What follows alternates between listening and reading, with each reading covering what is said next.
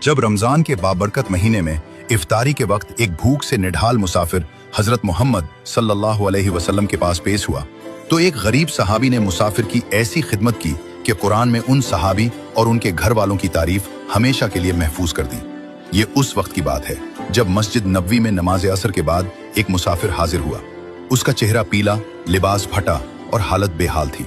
वो नबी करीम सल्लल्लाहु अलैहि वसल्लम के पास आया और गिड़गिड़ाकर अर्ज करने लगा, या रसूल अल्लाह, मैं भूख और प्यास से निढाल हूँ, मेरी मदद फरमाइए।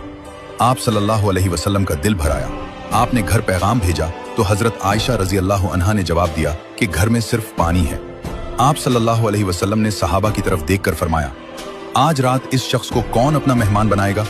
अल्लाह इस पर रहम फरमाएगा। हजरत अबू तलहा अंसारी रजी अल्लाह अन्हु खड़े हुए और मेहमान को अपने घर ले गए। घर पहुंचकर अहलिया से पूछा, कुछ खाने को है?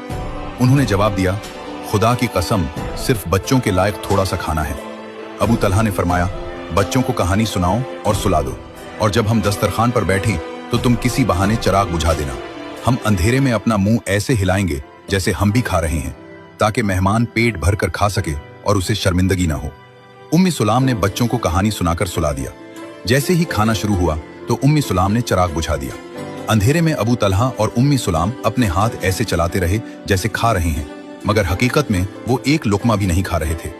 मेहमान बेफिक्र होकर पेट भरकर खाता रहा।